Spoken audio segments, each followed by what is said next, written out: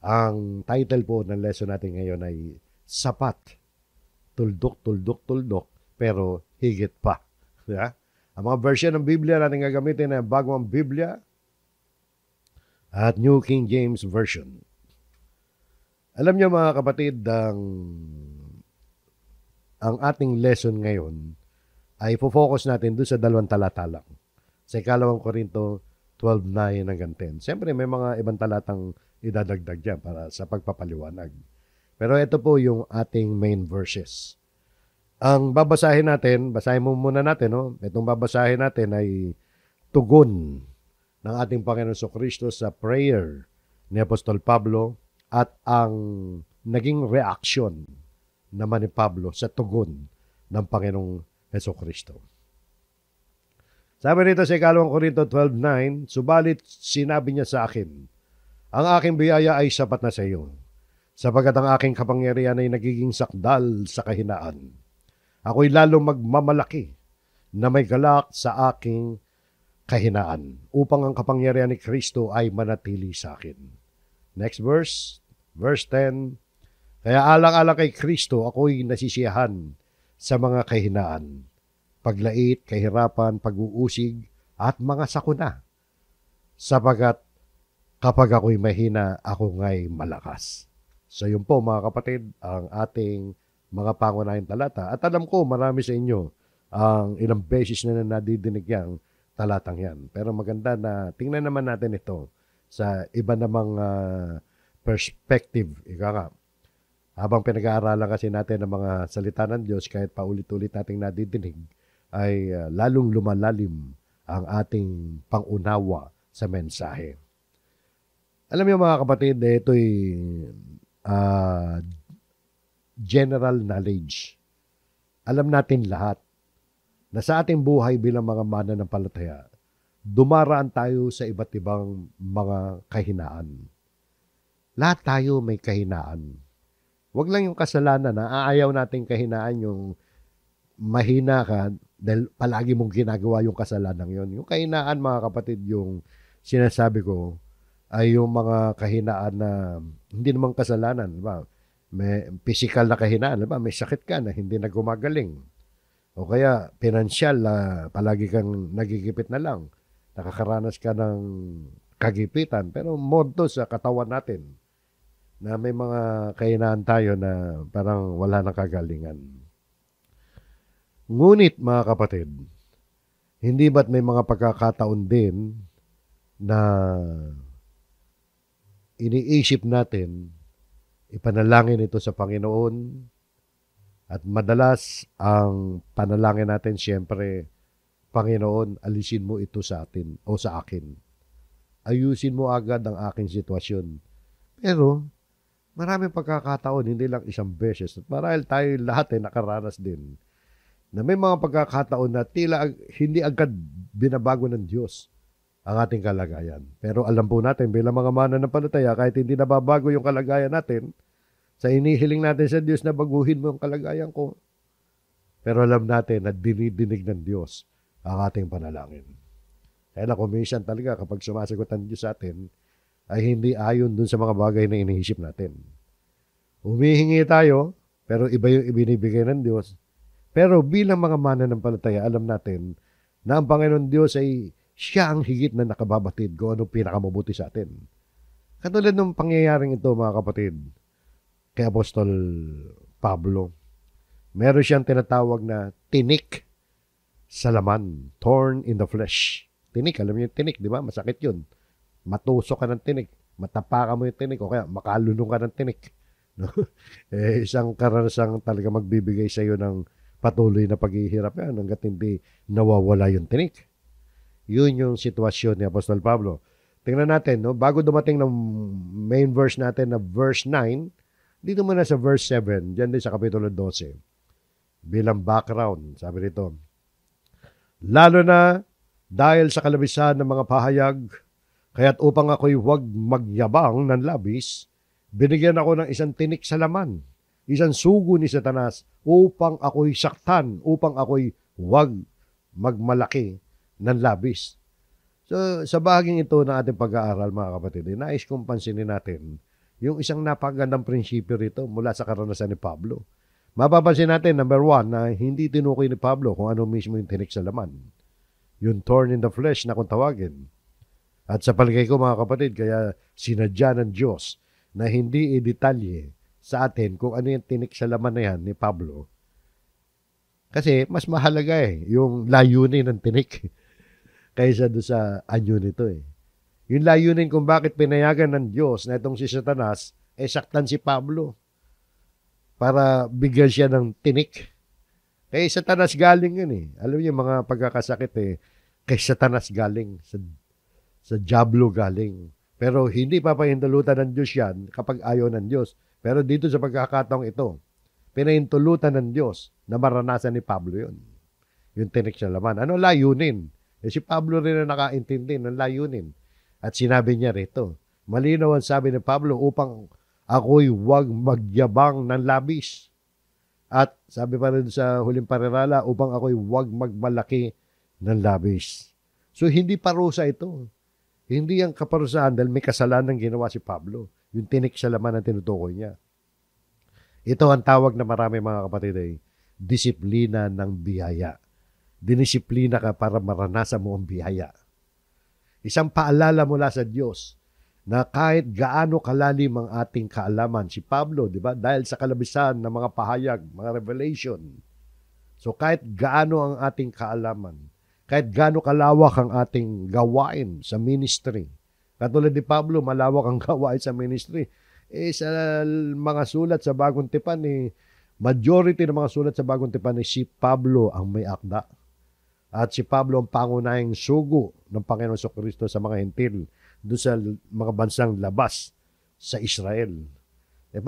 Maraming accomplishment to si Apostol Pablo sa pag-establish ng mga churches sa Asia Minor at ganoon din sa Greece hanggang sa Europa. Umabot siya. Doon sa Spain, sa Roma. Pero, katulad din natin, gaano man ang accomplishment natin, tayo'y tao pa rin at nakadepende pa rin sa Diyos. Dapat lang, mga kapatid. May tinik ka rin ba? Ikaw kapatid, may tinik ka. Sigurado ako, malamang kaysa sa hindi, meron kang tinik sa laman. Maaring sitwasyon sa pamilya mo, o kaya maaring pagkakasakit. Baka may karamdaman ka dyan na hindi maalis-alis. O kaya meron kang yung kalagayan. Maaring ito isang kahinaan sa katawan. Isang paulit-ulit na pagsubok o kaya isang limitasyon. Para bang dahil sa pangyayari yan, nalilimitahan ka. Pero nagtuturo sa iyan para magpakumbaba. At isang panalangin na hindi pa rin sinasagot hanggang ngayon. Ganyan si Pablo, mga kapatid. Kasi ipinalangin ni Pablo to. Sa sumunod na talata, sabi niya, 3 ulit akong nanalangin sa Panginoon tungkol dito na lumayo. Sana ito sa akin. O, sino ba naman may gusto ng tinik sa laman? So, 3 times. Hindi lang 1 beses, hindi lang 2 beses, 3 beses ipinalangin. Baka hindi nga lang ganyan Kasi may nabasa akong komentaryo, yung panalangin na 3 times, parang figure of speech yan sa mga Hudyo na nagpapakita na palagi niyang pinapanalangin. Parang ganon. Pero anyway, ano pa man yan. Pero sigurado tayo, 3 ulit na ipinalangin. Pero ano naging sagot ng Panginoon? Isipin nga ninyo sakit yan, kung ano man sitwasyon yan, dapat tapos na yan Kay Pablo kung pinayagan ng Panginoon, pero hindi Dahil may purpose ang Diyos sa kanya. Isipin niyo si Pablo, bumuhay ng patay. Bumuhay ng patay yan At meron siyang lumpo na pinatayo. Lumpo mula sa pagkasilang at isang bulag. Pinadilat niya yung mata ng isang bulag. Pero ibig sabihin, may kapangyarihang ipinagkaloob sa kanya ang Panginoon Diyos. At di ba may eksena dyan sa mga gawa. Habang si Pablo ay naglalakad, yung mga taong may sakit, paghipo ng laylayan na kanyang damit, gumagaling. Gumagaling. Pero bakit ito? Ito mga kapatid, 3 beses siyang nanalangin tungkol dito. Gumaling ba siya? Kung sakit man yan, kung anong pa man yan, mga kapatid, hindi naman kasi nabanggit. Kasi hindi naman mahalaga kung ano yan Ang mahalaga, yung epekto niyan sa kanya. Ito ang sabi. Sumunod na talata, yung main verse natin. Subalit sinabi niya sa akin, ang aking biyaya, ito daw sabi ng Panginoon, ang aking biyaya ay sapat na sa iyo, sapagkat ang aking kapangyarihan ay nagiging sakdal sa kahinaan. So yan ang naging tugon. Tsaka na natin babasahin yung iba pa, no? Kasi yung the rest ng verses hanggang sa matapos, reaction ni Apostol Pablo. O dito muna tayo. Dito sa bahaging ito. My grace is sufficient for you, for my strength is made perfect in weakness. Dito tayo ngayon mga kapatid, meron tayong 2 punto. Ang unang punto, ang sapat ng Diyos ay hindi lang tama lang. Papaliwanag natin yan mamaya. Bakit natin nasabing ganyan? May nasabi kasi ang Panginoon, ang aking biyaya ay sapat na sa iyo. Pero hindi lang tama yan. Tingnan natin. Hindi yung tama lang. Ikalawang punto, hindi inalis ang tinik pero pinalakas ang lingkod. Papaliwanag natin yan isa-isa. Dito tayo sa punto number 1. Ang sapat ng Diyos ay hindi lang tama lang. Pag sinabing sapat, mga kapatid, ano agad ang pumapasok sa isipan natin? Kadalasan pag sinabing sapat, sapat lang. Sapat lang. Huwag kang sobra dyan. Sapagkat pag sumobra ka riyan, magkukulang ka na. Kadalasan ganun, di ba? Pag sapat, para bakit sakto. Saktuhan lang, ha? Walang labis yan, ha? Walang labis yan, walang kulang. Pero kapag ang Panginoon na nagsabi, ang aking biyaya ay sapat sa iyo, isipin nyo, biyaya ng Panginoon yan. Ang ibig sabihin nito, mga kapatid, ay ang kanyang biyaya ay talagang tunay na eksaktong-eksakto at hindi ka mangangailangan. Never na mag-attempt ka pa na pasobrahan yan. At kadalasan ito, higit pa. Saan natin kinuha yung title? Higit sapat pero higit pa. Totoo yan, mga kapatid. Sa lahat ng ating tunay na kailangan, higit pa ang ibinibigay ng Panginoon. Na higit pa sa hiniling natin. Hindi ito tipid na tulong. Yung saktuhan lang. O kailangan mo na pamasahe, bibiyahe ka ng na ibang lugar, bibigyan ka ng eksakto lang. Paano? Sakto 13 pesos, kung mahulugan ka ng piso. Parang ganun na. Hindi ganun ng Diyos, mga kapatid. Hindi tipid na tulong. Hindi papalubag-loob lang. Ito ay matatag at tiyak. Tiyak na kasapatan na galing sa walang hanggang yaman ng Diyos. Bakit natin nasabi yan, mga kapatid? Ito sa Efeso, sa sulat ni Pablo. Ngayon, sa Kanya na makakagawa ng higit na sagana kaysa lahat ng ating hinihingi o iniisip ayon sa kapangyarihang gumagawa sa atin. Nakikita natin dyan, mga kapatid. Yung talatang yan ay nagpapaalala na ang Diyos ay hindi limitado. Yung kanyang pagkilos ng ayon lang sa ating mga kahilingan at pag-iisip. Siya ay makapangyarihan at bukas ang palad. Ibig sabihin, generous God. Mapagbigay ang Panginoon. At ang kanyang kapangyarihan ay aktibong kumikilos sa buhay ng mga mananampalataya. Kaya tayo ay dapat magtiwala sa Kanya ng buong puso sapagkat kayang ibigay, magagawa ng Diyos ng higit na sagana ang ibibigay niya sa atin kaysa hinihingi at iniisip lang natin. So nakita niya, no? Dapat magtiwala lang tayo sa Kanya ng buong puso at huwag mag-alinlangan sa laki ng mga bagay na maaari niyang gawin sa ating buhay. Parang ganito lang yan, mga kapatid. Hindi tayo nagtuturo ng prosperity gospel dito. Kalimutan nyo yan. Yung yayaman ka. Kung ganyan ang paniniwala nyo sa paglilingkod sa Panginoon at inaasa ninyo, naaasenso kayo sa negosyo nyo, sa trabaho, matutupad lahat ang pangarap ninyo, ilang beses na natin sinasabi yan, hindi yan ang pagtuturo dyan. Ito yan, mga kapatid. Example, illustration. Ito kung tawagin ang isang basong tubig at ang batis.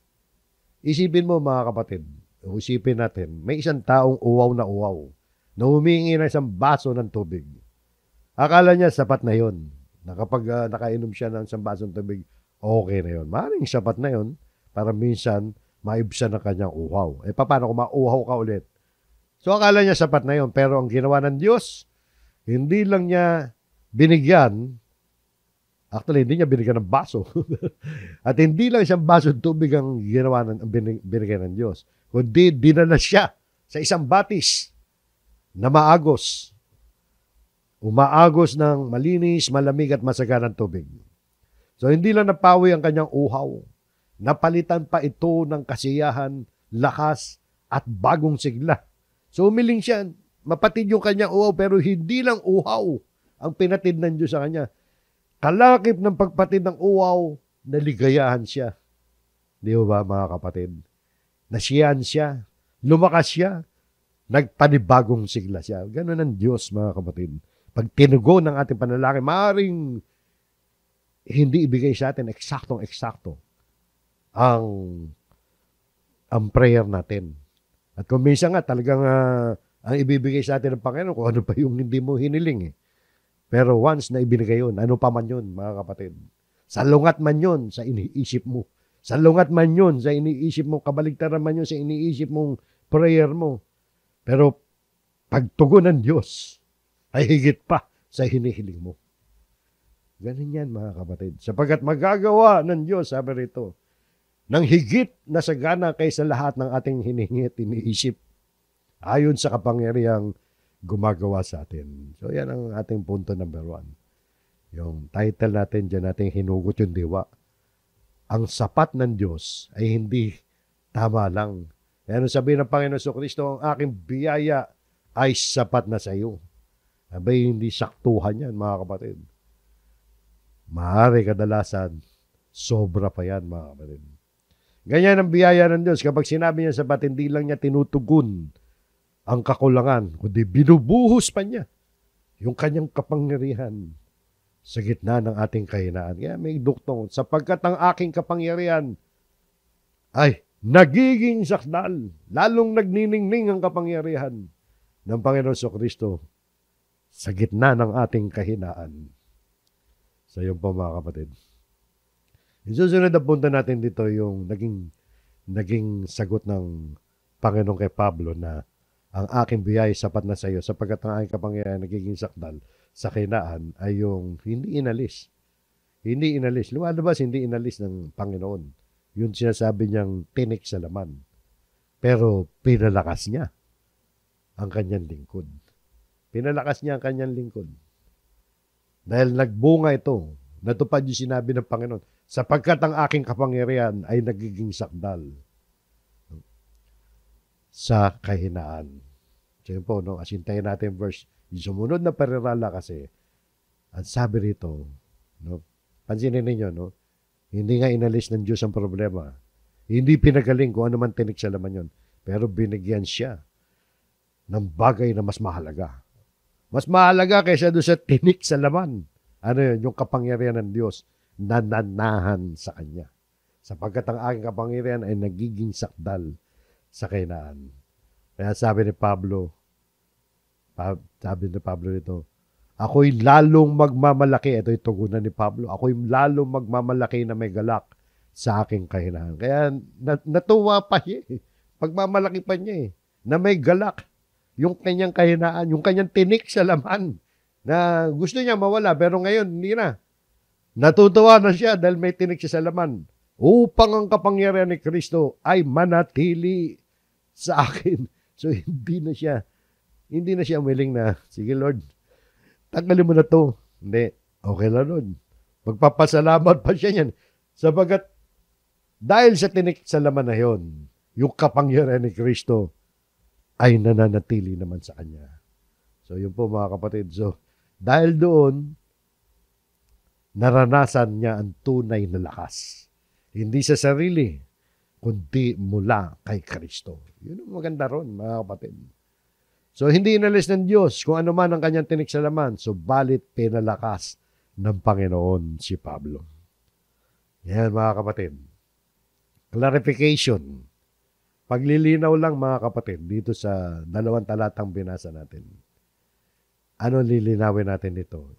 Hindi ito garantiya ng tagumpay sa mundo. Yung mga material na tagumpay. Hindi yun. No? Itong sinabi ng Panginoon Kristo. Ang aking biyaya ay sapat na sa iyo. Tunay yan, mga kapatid. Kung tutuusin, hindi lang sapat na sakto-saktuhan yan. Gaya ng ating nadaanan kanina sa Efeso. Higit pa nga yan. Ito naman talatang ito, mga kapatid, ginagamit ng mga nagtuturo na maling aral ng prosperity gospel. Nalaganap sapagkat maraming taong hagot na yumaman. Hagot na magkapera. Kaya ginagamit nila ito. Pero mga kapatid, hindi ito garansya ng tagumpay sa mundo. Ibig sabihin natin sa mundo, sa mga material na pangangailangan natin. Akala nila kapag biyaya ng Diyos, yung material na bagay. Hindi po. So, ito mga kapatid, ay ang biyaya ng Diyos ay sapat na, pero hindi nangangahulugan na giginhawa ka agad sa pera o giginhawa ka sa pera. Yayaman ka gaya ng pinapangako na iba. O kaya matutupad na lahat ang pangarap mo. O mawawala na lahat ng problema mo. Ang pangakong ito ay hindi patungkol sa panlabas na ginhawa. Tingnan ng tao yan sa panlabas na ginhawa. Madalas gamitin yan no? Kundi yan ay tumutukoy sa panloob na katatagan. Sa pananampalataya mo. Titibay ka. Hindi ito biyaya para yumaman, kundi biyaya para manatili kang tapat. Biyaya yan para maging matatag ka at mapayapa kahit may sakit ka, kahit nahihirapan ka, kahit nabibigo ka. Sabi din ni Pablo tungkol sa kanyang physical na material, na kalagayan. Dito sa Pilipos, singit natin itong Pilipos, mga kapatid, 4:11 hanggang 13. Pero bago natin basahin yan, gusto ko kayong bigyan ng impormasyon tungkol dyan sa Pilipos at at yung Korinto na binabasa natin. Isinulat ni Pablo yung Korinto. Yung unang Korinto, ganun din yung ikalawang Korinto, hindi naman nagkakalayo yung agwat niyan. Naunang isinulat ni Pablo yan. Nung siya'y nasa ibang lugar, siyempre. So pagkatapos ng ilang taon, itong Pilipos lumitaw. Sumulat naman si Pablo sa Pilipos noong mga bandang 60 hanggang 62 AD. So more or less, mga 4 na taon, 3 taon, mahigit mga kapatid. Hindi natin alam, pero taon ang binilang bago sumulat si Pablo sa mga taga-Pilipos. Taon ang agwat niya pagkatapos na maisulat ni Pablo itong ikalawang Korinto. At dito sa Pilipos, mababasa natin mga kapatid, yung kalagayan ni Apostol Pablo. Ibig sabihin mga kapatid, kung ang tinutukoy doon ni Pablo sa ikalawang Korinto ay yung kaginhawaang pisikal, kung kaginhawaan na pagyaman, pag-unlad sa pisikal na kalagayan, bakit ganito ang sulat ni Pablo sa Pilipos 4:11? Yumaman ba si Pablo? Nakaraos ba siya sa marami niyang kahirapan? Nakakaraos siya paminsan-minsan. Pero hindi sa lahat ng pagkakataon. Katunayan niya yung naging kamatayan ni Pablo, mga kapatid. Pinugutan siya ng ulo sa Roma. Tingnan yung sulat ni Pablo sa Pilipos 4:11. Hindi siya nagsasalita ako dala ng pangangailangan sapagkat aking natutuhan ang masiyahan sa anumang kalagayang aking kinaroroonan. So ito mga kapatid, natutuhan ni Apostol Pablo na masiyahan siya. Ibig sabihin masiyahan makontento. Sa English yan, to be content. Di ba? Sa anumang kalagayan niya. Ibig sabihin, mahirap man o madali ang kanyang kalagayan, alam niya kung paano siya mabubuhay bilang mananampalataya. Dahil sabi niya sa sumunod na talata, tingnan nyo, marunong akong magpakababa at marunong din akong magpakasagana. Sa bawat bagay at sa lahat ng bagay ay natutuhan ko ang lihim ng kabusugan at maging sa kagutuman at maging sa kasaganahan at maging sa kasalatan. So negative and positive yan. Ano yung mga positive diyan? Ano yung mga positive? Magpakasagana, di ba? Kabusugan at kasaganahan. Ano yung mga negative? Magpakababa at natutunan niya yung lihim ng kabusugan at maging sa kagutuman, negative, kagutuman. At kasalatan, negative. So, pareho nararanasan ni Apostol Pablo yan.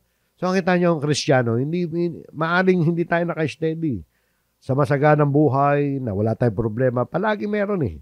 Palagi meron. Palagi may dumarating sa buhay natin na nagigipit tayo sa iba't ibang kaparaanan. Maring hindi ka nagigipit sa pera, kapatid. Maring siguro malaki sweldo mo. O kaya mayaman ka. O kaya pinaka-nakamayaman. Sa pera, wala kang problema. Pero may ibang problema ka. Di ba? May ibang problema ka. Maring may problema ka sa isa sa miyembro ng pamilya mo, isa sa mga anak mo. O kaya problema mo yung kalusugan mo. Sa kabila ng marami kang pera, yung sakit mo, ayaw gumaling. So iba-iba yan mga kapatid. Maring hindi ko nababanggit lahat. May tinik rin sa laman lahat tayo. Dahil ang purpose ng tinik sa laman, para mapigilan tayo na yumabang. Isipin nga ninyo mga kapatid, kung tayo perfect, wala na tayong pangangailangan sa buhay. Lahat-lahat nasa atin na.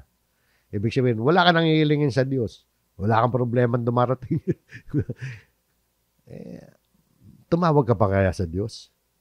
Minsan, yung mga suliranin ng buhay, mga kakulangan natin, no? Hindi lang naman ang mga mahihirap ang nagkukulang, maging mga mayayaman. Dahil hindi lang naman pera ang pinag-uusapan natin dito. Na tinik sa laman. Lalo na yung sakit, no? Mga kapatid. Kahit anong ingat ng katawan mo, kakasakit ka rin. Lahat tayo, dadaan sa pagkakasakit.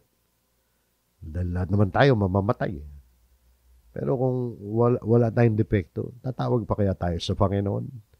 Yun ang isang bagay na dapat natin makakita rito. Kaya meron tayong depekto, maaaring sakit yan, o maaaring problema yan sa pamilya, o so kanino man, na nagdudulot ng kahirapan sa atin, na nagdudulot ng kalungkutan sa atin, idinadaing natin sa Panginoon yan. Naaawat tayo sa pagmamayabang Naaawat tayo sa pagmamalaki. Nade-develop yung ating pagiging dependent at umaasa sa Panginoon. Yun ang kailangan natin Yung umasa tayo palagi sa Diyos. Dito sa sumunod na talata, sabi ni Apostol Pablo, lahat ng mga bagay ay aking magagawa sa pamamagitan niyang nagpapalakas sa akin. Madalas gamitin niya ng mga prosperity teachers. Lahat daw ng bagay, magagawa daw natin doon sa nagpapalakas sa akin. Ano ba ibig sabihin ni Pablo? Ano ba yung lahat ng mga bagay? Yung lahat ng mga bagay dyan, ito yung tutukoy ni Pablo. Inatras ko ulit. Yung marunong ako magpakababa, marunong ako magpakasagana, bawat bagay at sa lahat ng bagay ay natutunan ko ang lihim ng kabusugan, maging sa kagutuman at maging sa kasaganaan at maging sa kasalatan. Lahat ng mga bagay ay aking magagawa sa pamamagitan niyang nagpapalakas sa akin. Tukol ba sa pagyaman niyan? Hindi. Huwag kayong maniniwala mga kapatid sa prosperity gospel teachers. Kaya ako palaging inuulit-ulit yan sapagkat laganap yan Maraming tao kasi ang hagot na magkapera. Hagot na gustong-gusto na yumaman. Akala nila ang salapi ang siyang magbibigay sa kanila ng kaligayahan sa buhay. Nakakalimutan na yung paglilingkod sa Panginoon. Hindi tayo tinawag ng Diyos para yumaman sa daigdig. Hindi yan ang purpose ng Diyos. Tinawag tayo ng Diyos para maglingkod sa Kanya at tayo magkaroon ng kaligtasan. Ang sinasabi ni Pablo rito na lahat ng mga bagay, lahat ng sinabi niya, magagawa niya. Mabusog, magutom, maghirap, o kaya sumagana. Kayang-kaya niya yan. Kayang-kaya niya yan. Yan yung lahat ng mga bagay na magagawa niya. Sa pamamagitan ng nagpapalakas sa Kanya, si Kristo yan. Kaya sa English, diniretso na si Christ I can do all things through Christ who strengthens me. Christ. Ilustrasyon mga kapatid. Isa pang ilustrasyon. Parang payong sa ulan yan. Payong sa ulan. Kapag umuulan, ang gusto natin ay tumigil agad ang ulan. Pero minsan, ginagawa ng Diyos, hindi niya pinatitigil ang ulan. Binibigyan tayo ng masisilungan. Binibigyan tayo ng payong. Hindi siya nag-alis ng bagyo, ng ulan, pero hindi rin tayo nabasa. Hindi tayo nanlamig. Kasi binigyan tayo ng payong Ilustrasyon ko lang yan, mga kapatid. Dahil kasama natin ang Diyos. Ganyan ang biyaya ng Diyos. Hindi man niya alisin ang mga unos ng buhay natin. Hindi man niya alisin ang tinik sa laman natin. Pero sigurado tayo, sasamahan tayo ng Diyos sa paglakad natin sa gitna, sa kabila ng meron tayong tinik sa laman.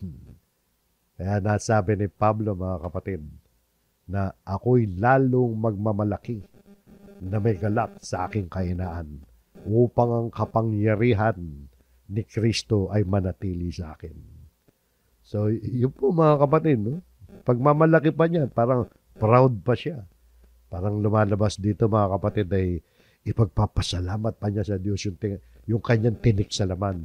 Dahil doon sa tinik sa laman, no? Yung kapangyarihan ni Kristo ay nananatili sa kanya.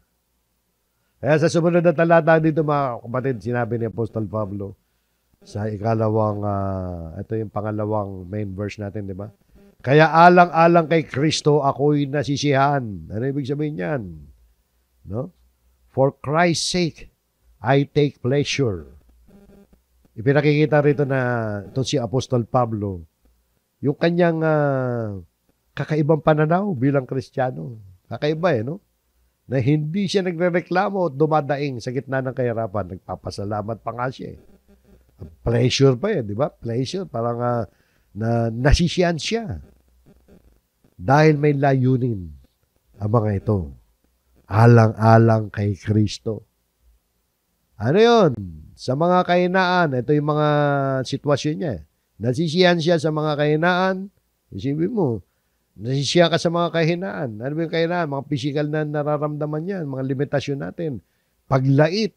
Paglait yan yung yung pangungutya, di ba? Pag-aalipusta ng ibang mga tao. Kahirapan, kakulangan sa material na kaginawaan yan. Pag-uusig. Alam natin yung pag-uusig, mga kapatid, yung aktibong pag-atake sa atin. Dahil sa pananampalataya at mga sakuna. Abay nakaranas din si Pablo ng mga ganyan, mga sakuna, mga biglaang kapigatian at trahedya. Naranasan nga ni Pablo, mga kapatid, sa mga gawa ng mga apostol, papunta sila Roma, lumubog yung bombarko. Pero nakaligtas lahat sila ron. No? So, sa mga kahinaan, panlalait, kahirapan, pag-uusig at mga sakuna, puro negatibo yan, mga kapatid. Walang magandang karanasan dyan. Di ba? Bakit nasabi ni Pablo yan na nasisiyan siya? Sapagkat kapag ako'y mahina, ako'y malakas. No? Yung pananampalataya ay hindi umaasa sa sariling lakas. Kapag dumating ka sa puntong aminado ka, na mahina ka, at si Kristo na lamang ang inaasahan mo, doon dumarating ang tunay na tagumpay. Sa kahinaan ni Pablo, lalo siyang pinalakas ni Kristo. Ano ibig sabihin nito sa atin? Hindi naman ibig sabihin niyan, gusto natin maghirap. Sasadyain natin maghirap. Dito yung kapag, kung dumarating ito. Hindi alam ba sadyain mo na maghirap ka? Alam mo sadyain na lalaitin mo yung sarili mo. Hindi. Kapag dumating sa atin yan, lalo na kung ito'y dahil sa pagsunod natin kay Kristo, dahil naninindigan tayo, kaya ka nausig. Dahil naglilingkod ka, kaya ka naghihirap. At marami pang iba. Yung kahinaan natin, mga kapatid. Yan ang pagkakataon ng Diyos na ipakita sa atin ang kanyang kalakasan. Lalo nating nararanasan ang kapangyarihan ni Kristo sa panahon ng ating mga kahinaan. Kaya kapag tayo'y may hina, mga kapatid, ano man ang kahinaan natin, ano man tinik sa laman yan, sa katawan, sa kalooban natin, huwag natin tingnan ito bilang pagkatalo, kundi bilang paanyaya sa kapangyarihan ng Diyos na kumilos sa atin. Minsan, mga kapatid, at madalas pa nga, ay kinakailangan mabasag ang ating pagtitiwala sa sarili. Mabasag ang pagtitiwala natin sa ating sariling kakayahan para makaranas tayo ng tunay na kapangyarihan na galing sa Diyos. So yun, mga kapatid, ang ating munting aralin ngayon. Kaya mga kapatid, may dinadala ka bang tinik sa buhay mo ngayon? Hindi natin alam, lahat tayo meron yan, mga kapatid. Ako man, may tinik ako sa laman na katulad din ni Pablo, ipinalangin ko. Pero hindi na inalis sa akin ng Diyos. Tinanggap ko ng ganun yun. Baka ikamatay ko na to. Diba? Pero Hindi naman kamamatay ngayon yan, mga kapatid. Hindi natin alam. Pero problema yun sa katawan, physical, medical condition. Pero isang problema kayo, meron ba kayo? Hindi natin alam. Hindi ko alam kung anong sa inyo. Pero meron kayong tinik sa laman. Maaaring isa sa mga anak mo, burden mo. Sa kabila ng iyong yaman, sa kabila ng iyong paglilingkod, meron kang anak na burden. Minsan may ganun O ano bang problema na hindi mo maalis-alis? Pinapanalangin mo sa Panginoon. Isang kahinaan na paulit-ulit. Huwag lang kasalanan. Yung kasalanan, kailangan alisin natin. Pero uusapan natin dito yung mga bagay na hindi naman kasalanan na parang kay Pablo. Na yung isang pagsubok na hindi matapos-tapos.